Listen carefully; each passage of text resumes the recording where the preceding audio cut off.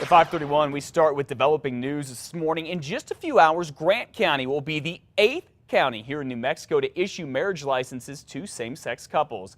The Grant County Clerk, Robert Zamaripa, is doing this after a judge ordered him to. Meanwhile, the New Mexico State Supreme Court has scheduled a hearing for October 23rd, possibly to resolve the issue of whether gay marriage is legal in the state. Hundreds of people, particularly same-sex couples, have been getting marriage licenses since October 21st, when Dona Ana County Clerk became the first one in the state to start issuing marriage licenses to same-sex couples. And speaking of Dona Ana County, the clerk there, who first got the ball rolling on same-sex marriage, is now asking for donations to cover the legal expenses of this. 2 weeks ago, this man, Lynn Ellens, started giving out the licenses because he felt a ban on gay marriage violates the state constitution.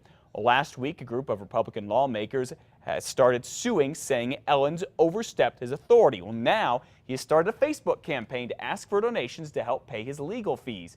He told the Las Cruces Sun News that he felt it was inappropriate to use county resources to pay for the lawsuit because gay marriage is such a polarizing issue.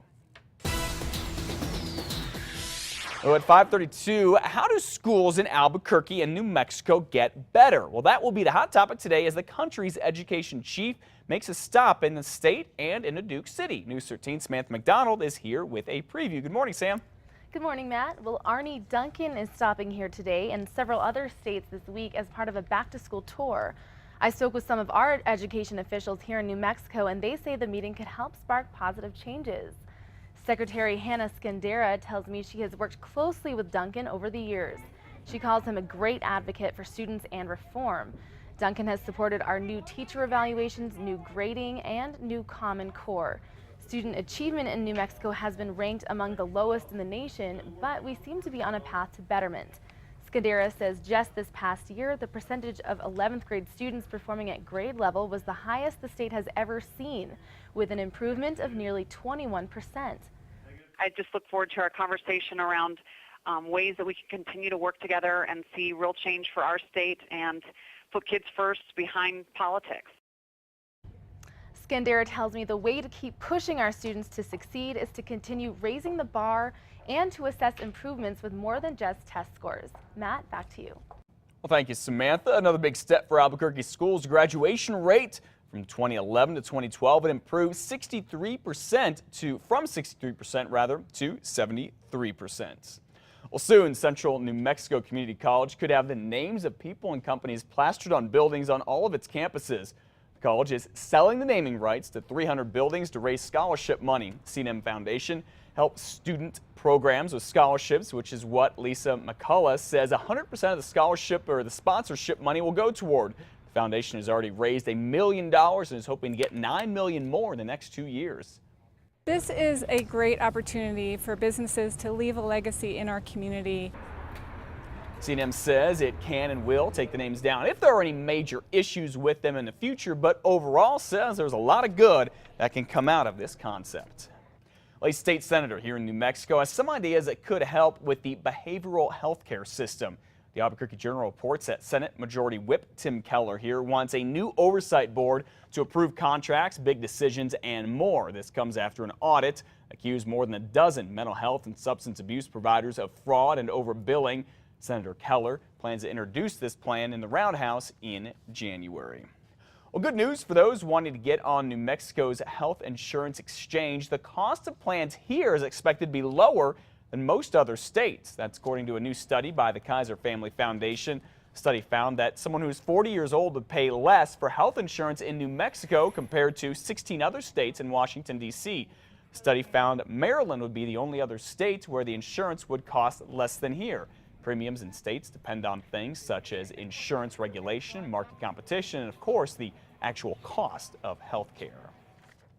Well, the New Mexico Veterans Affairs healthcare system is offering free flu shots for veterans. You can make an appointment to get them today at the Raymond G. Murphy VA Medical Center. It's on San Pedro Drive in Southeast Albuquerque. Then next Monday, there will be a walk-in clinic from 9 to 3 for veterans. Well, there is an ongoing debate now on how exactly to revitalize downtown Albuquerque. Some think it's as simple as giving a mall on 4th Street a big makeover. In fact, this week, city leaders are expected to have a meeting to go over details of a plan that they hope will help clean up the area. City councilors Roxana Myers and Isaac Benton say the Alvarado Transportation Center needs a makeover quite badly. The hope here is an overhaul will attract more businesses and fix up what is currently quite the eyesore.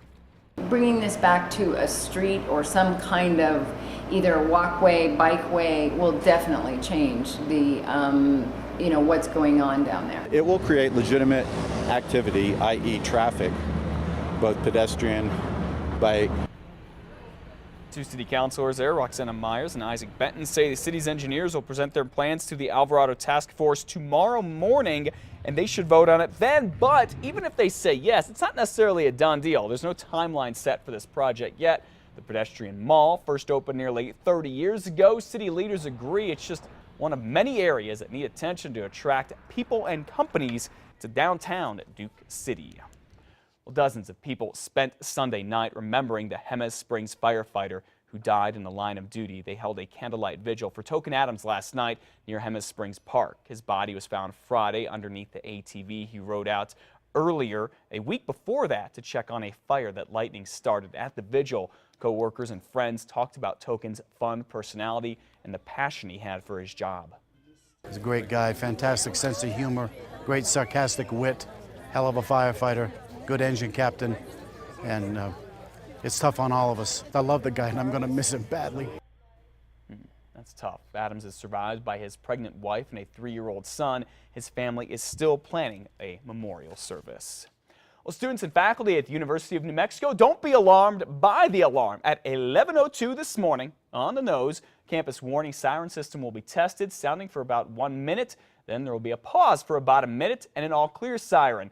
Now, to prepare for this test, all UNM and UNMH staff and faculty and students are asked to log on to Lobo Alerts site and update your emergency notification information and preferences.